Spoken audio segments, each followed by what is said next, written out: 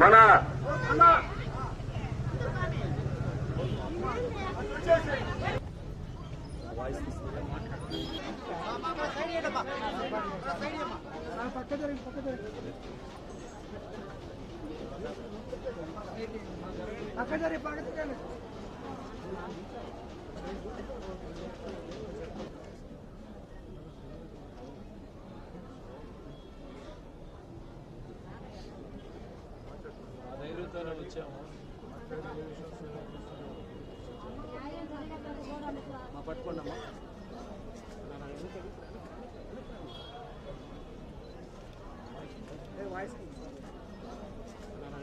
వ్యవహరిస్తా ఉన్నది.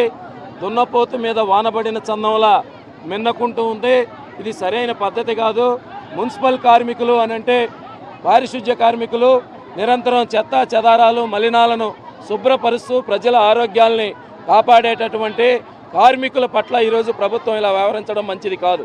అనేక సంవత్సరాల తరబడి పనిచేస్తున్నటువంటి కార్మికుల పనిని కాంట్రాక్టర్లకు అప్పగిస్తూ టెండర్లు పిలిచారు.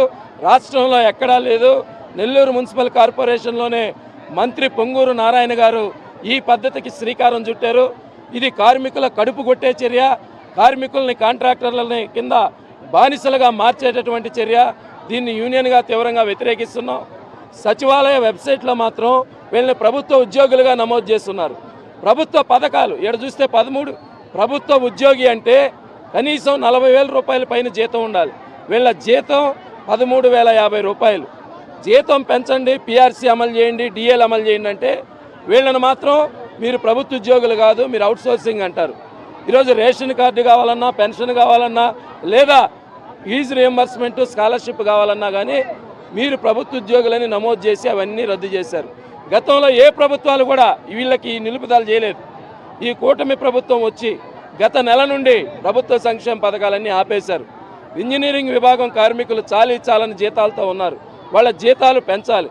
ఈ న్యాయమైన డిమాండ్లతో గత 6 రోజుల నుంచి విధులు ఆపేసి ఆందోళన చేస్తూ ఉంటే కనీసం నామమాత్రమైన చర్యలు కూడా పరిష్కారానికి తీసుకోపోగా పోటీ కార్మికులను దించడం, పోలీసుల్ని ప్రయోగించడం, ఈ సమ్మెని అణచివేయాలని చూడడం ఇది దుర్మార్గం.